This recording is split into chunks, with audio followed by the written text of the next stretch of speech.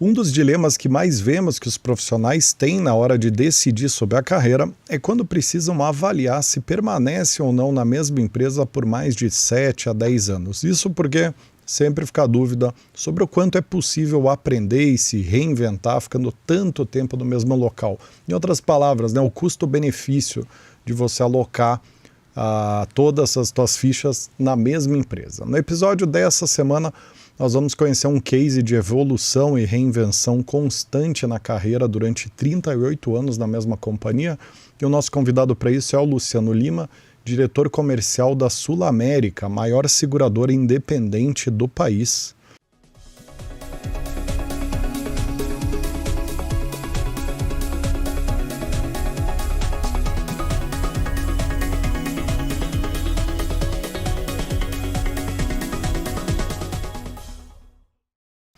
Muito bem, sejam muito bem-vindos e bem-vindas a mais um episódio do Raise the Bar, o programa semanal de entrevistas divulgado toda terça às 19 horas, simultaneamente no YouTube, nas principais plataformas de podcast, que levanta a tua régua, apresentando e debatendo os principais cases, tendências e boas práticas de vendas e marketing do momento. Para começar, queria dar boas-vindas aqui ao Luciano. Como é que você está, Luciano? Olá, Rodrigo, Lius. Muito obrigado pelo convite, muito bom estar participando aqui. Espero poder contribuir um pouco com essa experiência que é meio inusitada hoje em dia. Né? É verdade, verdade. O Luciano acertou o nome do Lewis, então você ganhou um brinde aqui, viu, Luciano? A gente tem uma regra no programa. Sempre tem, o mais comum é chamar o Lewis de Luiz, né? Por um vício do hábito ali. Exato. Lewis, como é que você tá? Tudo bem? Tudo certo. Muito feliz por terem acertado meu nome. Né? Isso é bem fácil de me agradar. eu acerto teu nome já há 6 anos, cara. Mas depois de errar muito, né, Rodrigo? Não vamos entrar Nunca errei. Tá bom. Muito bem, antes da gente entrar no assunto de hoje, é legal mencionar que esse programa chega até vocês com oferecimento da The For Sales Company, holding de empresas especializadas exclusivamente em recrutar vendas e marketing para todos os níveis hierárquicos, né? Muito bem, agora indo para o ponto central, para começar, Luciano, conta um pouquinho de como que você começou a tua carreira na SulAmérica, o que te motivou a permanecer na mesma empresa por esse tempo, né? Eu digo assim, se você for pensar hoje, as pessoas devem conhecer nos dedos de uma mão quantidade de amigos, parentes que têm mais de 10 anos ou mais de 15 anos numa mesma empresa, né? Eu, esse ano, faço 40 anos de SulAmérica, né? Eu fiz 39 anos, fazer 40 anos em agosto, e, na verdade, eu falo muito assim que eu não trabalhei só numa empresa, né? A SulAmérica foi se alterando tanto durante esse período, e a minha atuação aqui também teve muita mudança, que eu acabei tendo desafios um pouco diferentes e que me motivaram a continuar aqui. Eu entrei em 83 na empresa, talvez muita gente que esteja nos ouvindo aqui não tenha nem nascido ainda, né? Entrei como auxiliar de escritório e fui subindo na empresa, fui ganhando outros cargos, outras funções. Morei em Brasília, morei em Belo Horizonte, morei em São Paulo, agora eu sou do Rio de Janeiro, comecei minha história no Rio de Janeiro, e isso talvez seja o que me tenha deixado continuar na empresa, né? Além de toda a relação que eu tenho com a empresa, sempre avaliei outras oportunidades, sempre avaliei propostas, mas assim, eu tinha uma carreira na SulAmérica que estava em desenvolvimento, e as oportunidades que me foram dadas me fizeram continuar por aqui. Estou até hoje aí, completando 40 anos quase. Muito legal. Desculpa a brincadeira aqui, mas eu sou obrigado, não posso perder a piada, né? Mas você não tem um FGTS, você tem uma cartela premiada da Mega Sena. Exato. Exato. É um prêmio da Mega Sena. Não deixa o governo ver, hein? Não deixa o governo ver. O cara, ele pode financiar uma obra do PAC. É verdade, o Rodoanel Norte de São Paulo. Por isso que você estava tão feliz lá. Muito bom.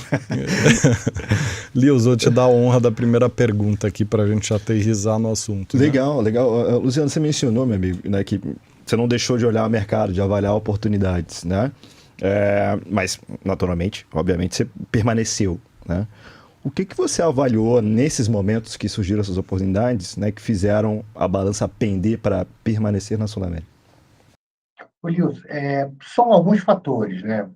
Primeiro, a mudança de emprego, ela gera uma mudança de cultura, uma mudança, um aprendizado, uma mudança de relacionamento.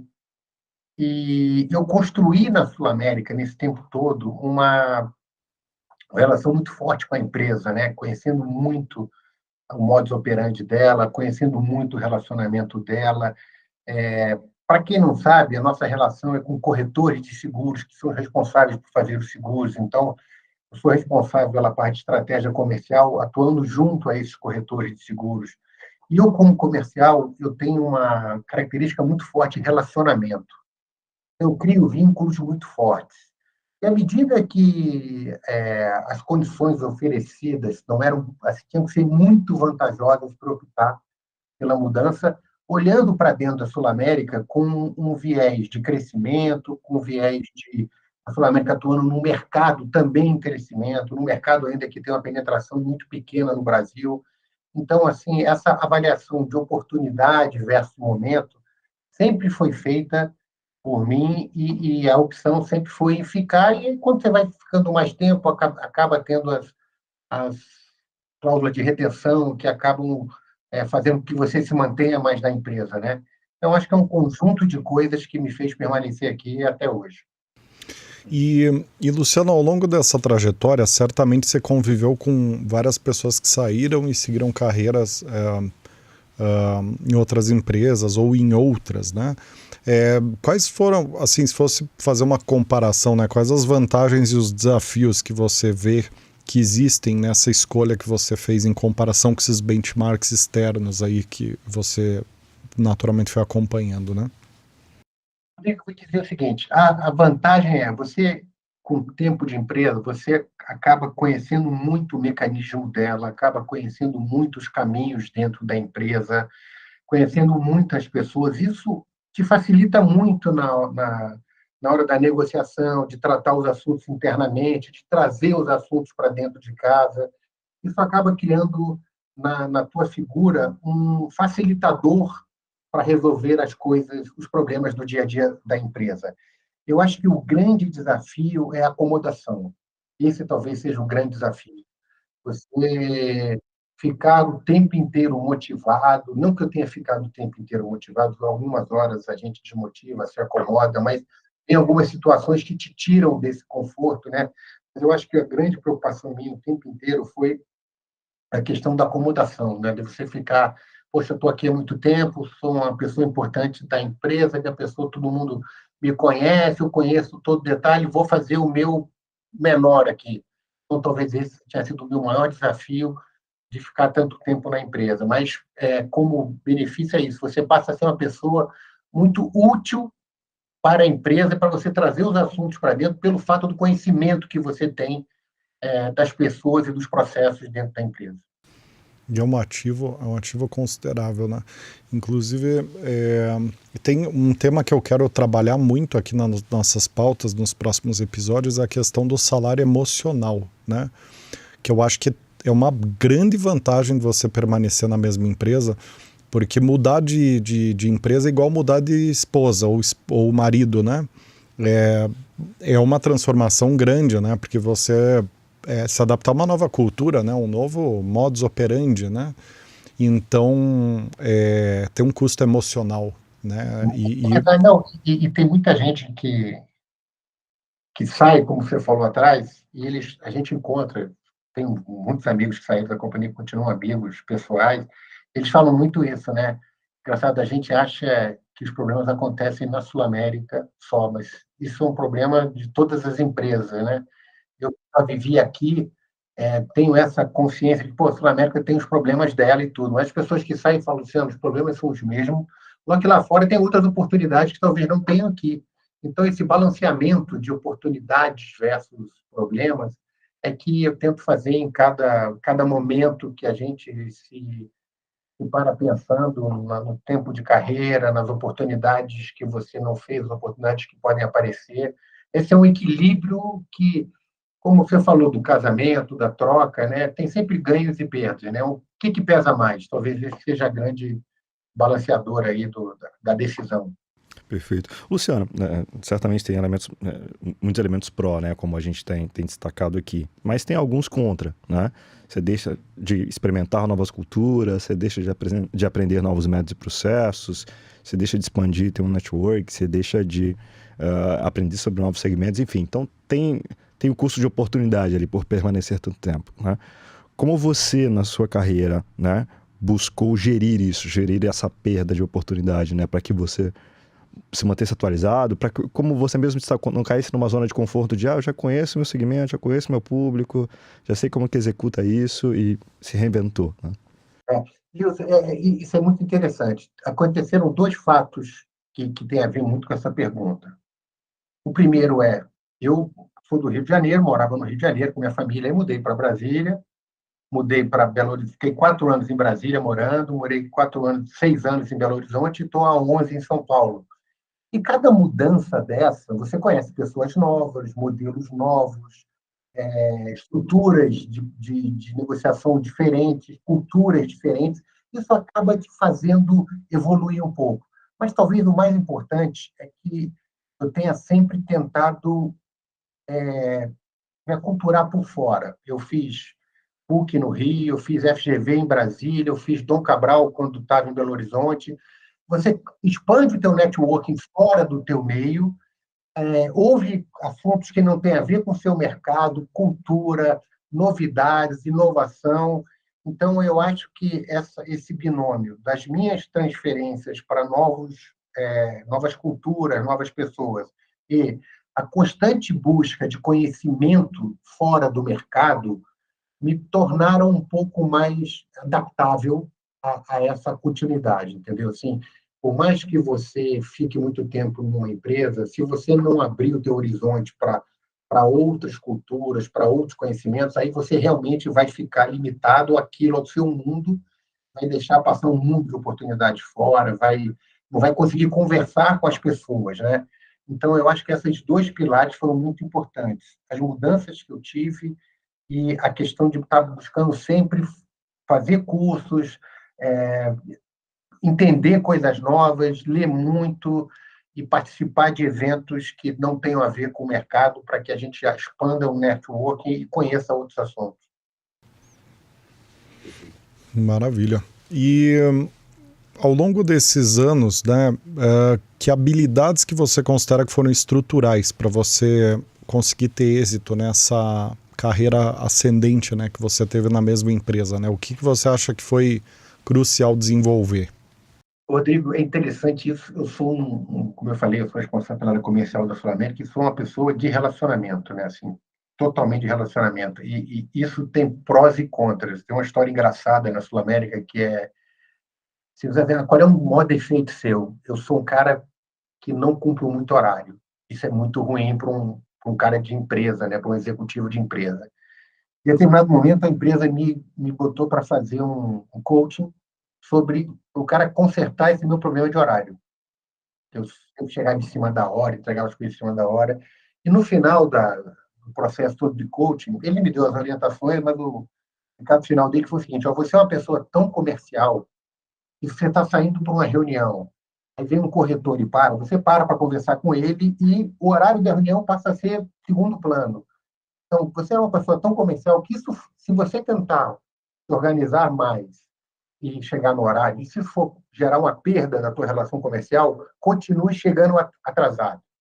Então, uma coisa interessante que eu, para minha empresa, eu mostrei, olha aqui, a situação é um problema meu, e sim, eu tenho que tentar ajustar isso, mas ele é ocasionado pela minha principal característica, que é assim, uma pessoa de relacionamento. E isso me ajudou muito, que quando você muda de estado, né, você muda eu falei, fui para Brasília, Belo Horizonte, São Paulo, aí você começa a conhecer pessoas novas, faz novas amizades, e a gente fez muitas amizades, eu tenho amigos pessoais de todos os lugares que eu morei, eu tenho um filho que nasceu em Belo Horizonte, são amigos pessoais que a gente frequenta a casa um do outro hoje.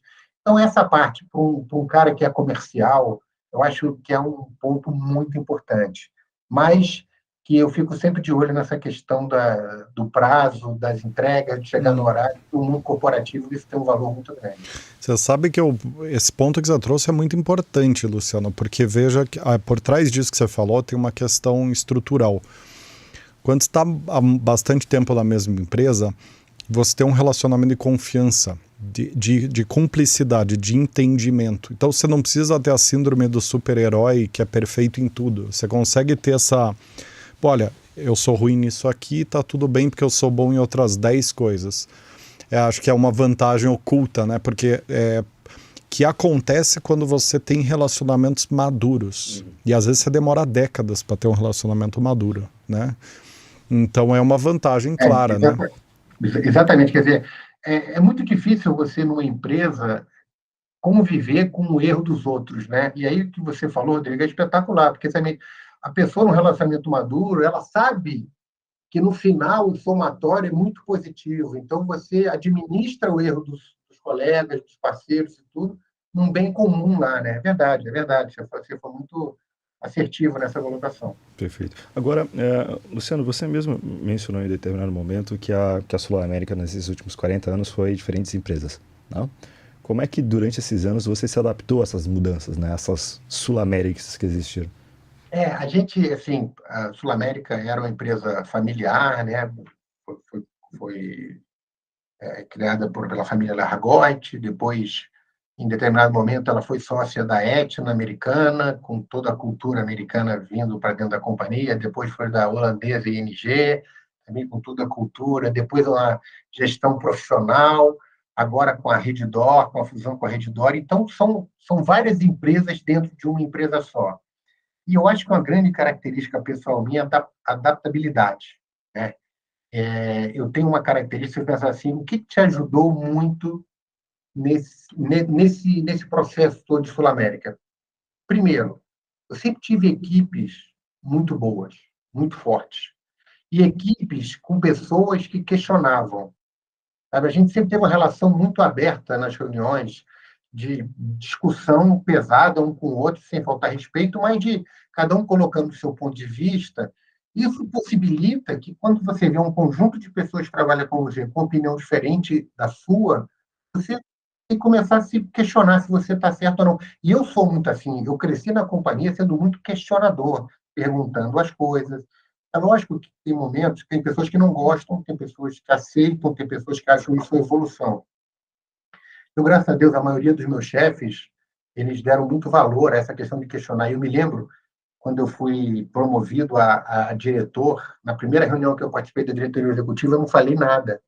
Aí um vice-presidente chegou para mim e falou: Luciano, você não perguntou nada? Eu falei: não tem. Cara, você foi promovido porque você é um questionador. Você questiona as coisas e expõe as suas dúvidas que...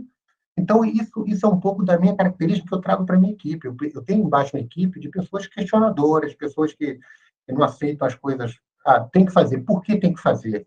E eu acho que isso me ajuda a crescer e me ajuda a enfrentar essas mudanças de cultura, né? Porque a gente discute a cultura com o time tem que ser mais forte do que você. Isso aí é uma característica que eu acho que a prática demonstrou. Se você não tiver um time que possa te empurrar, te incomodar, que você seja aquilo, poxa, eu vou discutir com eles, cara, vai ser aquele negócio, tem que ser isso, porque aí você consegue crescer e deixa de se acomodar. Então, eu acho que essa talvez tenha sido o grande linha que eu levei para esse tempo todo de empresa. Interessante, interessante. Me permita aprofundar nisso, Rodrigo, porque Claro, me chamou a vamos lá. atenção, né? Você mencionou uma empresa americana, depois uma cultura holandesa, né? Outras culturas devem ter entrado, né? Que distinções tu viu, Luciano, entre essas culturas, né? De forma prática, assim, no dia a dia do trabalho? Olha, é interessante, Nilson, porque o nosso mercado é um mercado muito específico, né? Então, quando você vem de fora, você traz culturas e modelos que funcionam lá fora e que a gente aqui, primeiro, acha que não vai funcionar. Alguns não funcionam de fato e outros a gente aprende na marra que realmente pode acontecer. Então, a gente vê muito isso, modelos europeus, americanos, eles trazendo para cá e querendo implementar aqui. E a gente, com uma cultura específica do Brasil, olhando com certo, assim, um olhar de, poxa, isso não vai dar certo aqui, não vai dar certo aqui. Algumas não deram, outras deram. Então, e aí isso reforça a tua questão de adaptabilidade, porque eu vi muita gente saindo da empresa nessas mudanças, entendeu? Não concordo e vou sair. Algumas coisas eu não concordava também, mas eu sou um executivo, eu não sou um dono da empresa, né? Se fosse alguma coisa no nível de que ferisse a minha ética, eu sairia, assim, eu deveria ter saído. Mas enquanto não é questão de conceito, questão de achismo, eu enfrentava até o ponto que ou eu via que o negócio dava certo e eu botava a mão na consciência, e eu falo muitas vezes, olha, eu apostei que ia dar errado no começo.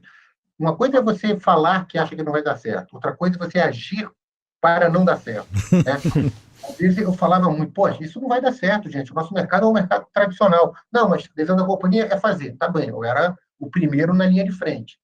E depois, quando dava certo, eu falo várias vezes, tem muita coisa que eu falei assim, pô, isso não vai dar certo, isso com o corretor não dá certo, e deu certo.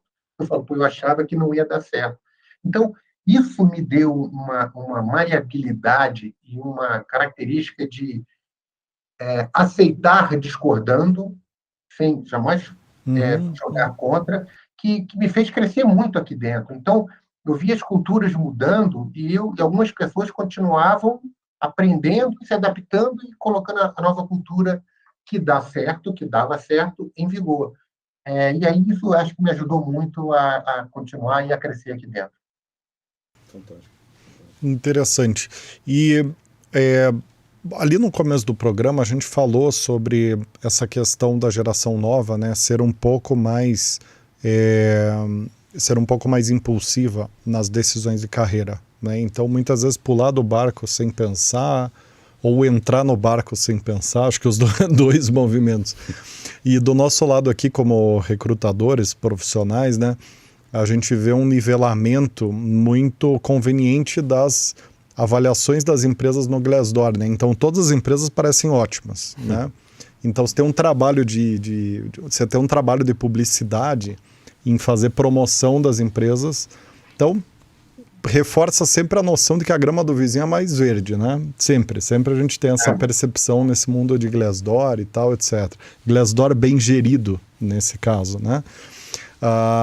Que dicas que você daria para profissionais que estão enfrentando essa decisão de permanecer ou não na mesma empresa, que é um dilema que não sei se hoje é tão comum, mas em algum momento da carreira a pessoa vai pensar, né? Principalmente se ela mudou muito de empresa, chega uma hora que começa a cobrar um preço emocional grande, né? Porque é igual você mudar de relacionamento várias vezes durante um tempo, né? Cada relacionamento é uma adaptação que você tem que fazer, né? Então, em determinado momento, talvez não tanto no começo da carreira, mas em algum momento as pessoas vão... todo mundo vai ter essa reflexão, né? Putz, será que não está na hora de amarrar meu burro no mesmo lugar? Que dica que você dá para essas pessoas? Eu acho que você colocou muito bem, né? A grama do vizinho sempre é mais verde. Você vê hoje um conflito da nova geração com a geração mais antiga, como você falou, de as pessoas não têm muito saco para aguentar certas coisas, para suportar coisas que eu vivi, né, que as pessoas mais antigas viveram em empresas, né? E isso também causou uma mudança da liderança, né? Aquela liderança positiva, de gritos, não existe mais, ou existe, claro, mas não funciona mais, né? Hoje é uma liderança muito mais corporativa, no sentido de parceria, de ouvir, de procurar caminhos, a questão do erro, né? Eu falava muito essa questão que os manuais diziam que a pessoa tinha que errar para crescer, mas as empresas não aceitavam quando você errava, né? Era um trade-off interessante, né? Todos os manuais, não, você tem que errar para aprender, mas quando você errava numa empresa, a cobrança não era de quem aprendeu, era de quem errou e não fez certo. Então, acho que houve uma evolução para isso, e o pessoal mais novo que entrou, eu acho que entrou com uma cabeça muito importante, e vou falar especificamente do mercado de seguros, que é um mercado muito tradicional, uma cabeça muito importante de inovação, de tecnologia, muito mais do que imediatismo, muito mais do que fazer a coisa com rapidez. Esse pessoal novo trouxe para o mercado seguro, que é um mercado tradicional, tecnologia, soluções mais ágeis, redes sociais que podem ser alavancadores de negócios. Isso foi adaptando no mercado tradicional, que eram as seguradoras e os corretores de seguros, né? Um mercado muito tradicional, muito. Eu acho que esse pessoal jovem trouxe muito isso. Mas, por outro lado, ele trouxe essa impaciência com as coisas não acontecendo da maneira que eles imaginam que aconteçam, né? E quando a gente está vendo startups hoje desacelerando de forma significativa, né? Talvez seja um misto que a realidade venha se impor agora entre a, a dificuldade de se movimentar das empresas tradicionais e a rapidez com que os jovens querem mudar as coisas. Eu acho que esse baque que as startups estão passando, ela vai levar a um ponto médio, onde é muito importante essa questão da inovação, do olhar para o cliente, que o mais novo tem, com essa relação do tradicional, que é importante, às vezes, você pensar um pouquinho mais, você fazer uma pesquisa mais elaborada, você discutir mais o assunto com mais pessoas mais antigas, pessoas mais novas, pessoas que conheçam, pessoas que não conheçam.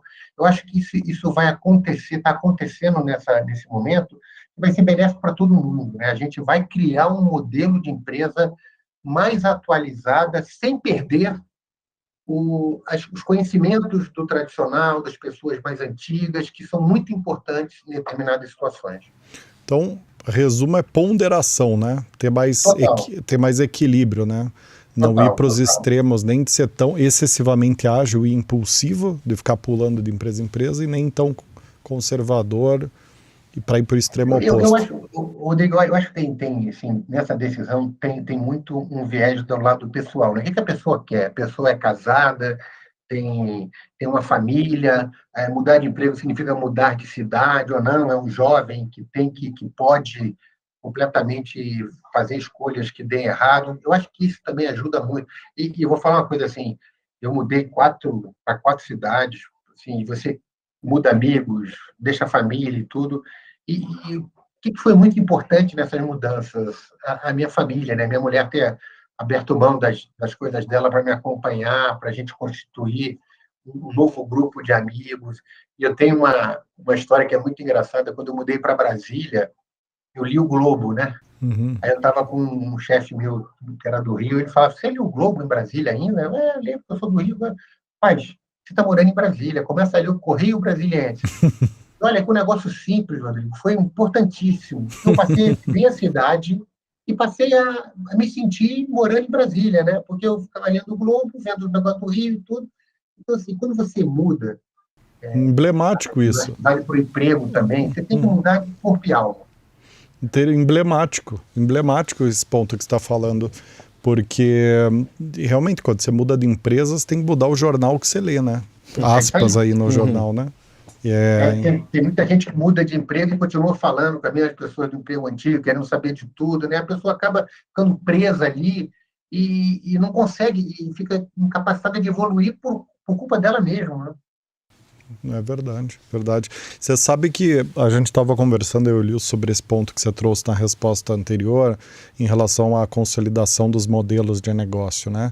E eu estou totalmente de acordo com o teu ponto, né? Desse caminho do meio, né? Eu acho que nos últimos 4 anos, em função da taxa de juro globalmente, historicamente mais baixa desde sempre, né? Desde a economia moderna, vamos dizer assim, né?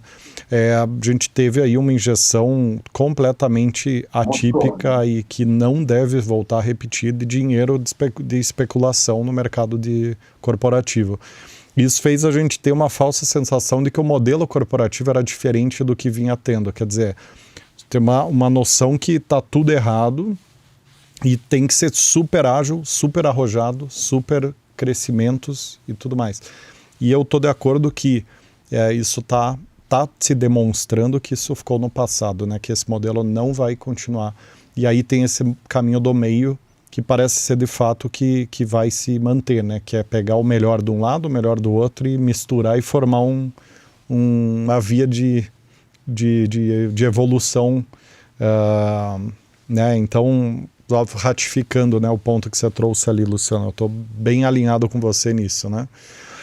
E isso vai afetar bastante as carreiras também, né? Porque a gente, do nosso lado aqui, a gente acompanhou muitas carreiras de pessoas em startups que elas faziam um voo muito rápido, né?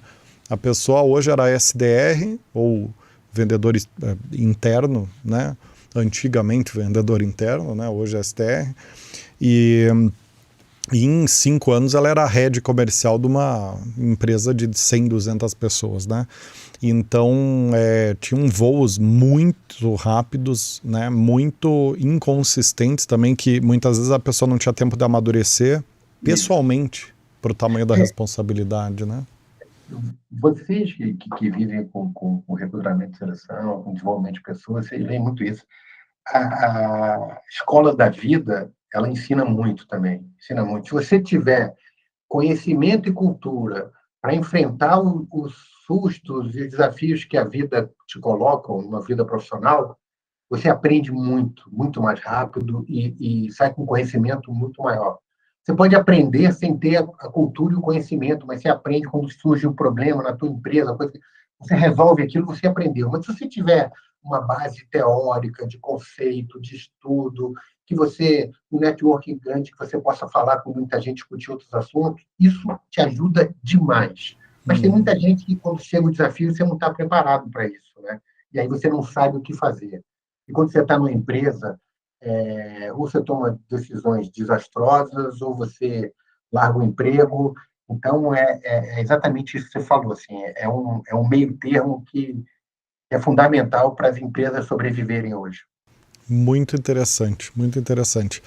E só fazendo um complemento aqui, é interessante notar que a média, teu histórico escolar, vamos dizer assim, ele é bastante acima da média, Verdade, né? verdade. Então, acho que isso mostra um ponto importante de tudo que você falou, né? Que é a necessidade da pessoa buscar uma evolução academicamente, via networking, acima da média, para ela conseguir se manter na curva de crescimento ideal de carreira, né? Um fato relevante aqui, né? Uhum. E até para a empresa ainda te ver como alguém que agregue, não só que faça o que você pede, né? Mas principalmente pessoas que tragam novidades, que tragam ideias que possam ser implementadas, que tragam soluções para problemas novos, porque você tem na empresa um executivo que cumpre o que pede, né? Faz isso, ele faz, faz ele faz. Com o passar do tempo, essa função, essa pessoa acaba não tendo um valor adicional ao modelo, né? Uhum. Aparecem outras, ainda mais o pessoal mais jovem, que com certeza vão trazer inovações, novidades. E aí você fica ultrapassado e a empresa não precisa mais de você. Mas quando você tem esse viés de continuar na empresa e conseguir trazer essas novidades, essas fora de outros mercados, de outras pessoas, de outras empresas, assim, eu sinto o exemplo na Dom Cabral, eu era o único da área de seguros, né? Então, assim, foi riquíssimo as discussões, os grupos, o network que a gente fez. Então, assim, eu acho que é isso, né? Um pouco de conhecimento, um pouco de vontade própria, um pouco de aprender que você não pode ficar parado, embora seja 40 anos numa empresa é muito desafiador, mas gostar do que faz. Né? Como eu gosto de pessoas, cara, assim, adoro, então, para mim, é uma festa. Não, muito relevante. Eu acho que, resumo da ópera, né? Ou você se torna um ativo e se mantém um ativo ao longo do tempo, ou você começa a virar um passivo, né? Literalmente, né? Literalmente. Então é bem coerente o ponto. Luciano, eu queria te agradecer demais pelo papo. Gostei muito de trazer essa perspectiva. Eu acho que é uma reflexão que a gente não pode deixar de trazer para a nossa audiência, Sem né? dúvida. Então eu queria te agradecer demais a tua presença, enfim, a dedicação aqui com a gente. E antes da gente encerrar, passar a palavra para você comentar como que as pessoas podem te encontrar, caso elas queiram bater um papo contigo, né? Rodrigo, sim. E Lewis, acertei de novo, viu? Olha aí. Terceiro acerto Olha seguido. Eu que agradeço, assim, é sempre legal a gente falar um pouco da nossa história, principalmente uma história que hoje, se você falar para as pessoas, não acredito, 40 anos na mesma empresa, não existe isso, né? Você ouve muito, não existe isso. Uhum. Eu estou no Instagram, Luciano.Lima, no LinkedIn, Luciano.Lima.963, fico à disposição aí. Também não sou um cara muito assíduo, né? Não entro todo dia, mas de 2 dias eu entro, talvez uma consequência da minha formação mais antiga, né?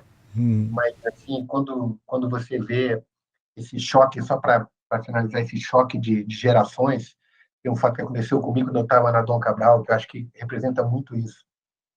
Eu estava em casa, fazendo um trabalho e falando com um rapaz da fundação e falando de IBM, na IBM, e meu filho, que é advogado, tinha 22 anos na época, 21 anos, falou assim, pai, o que é IBM, pô? Eu falei, meu filho, você não Caramba. sabe o que é IBM? Eu falei, pô, não sei o que é IBM.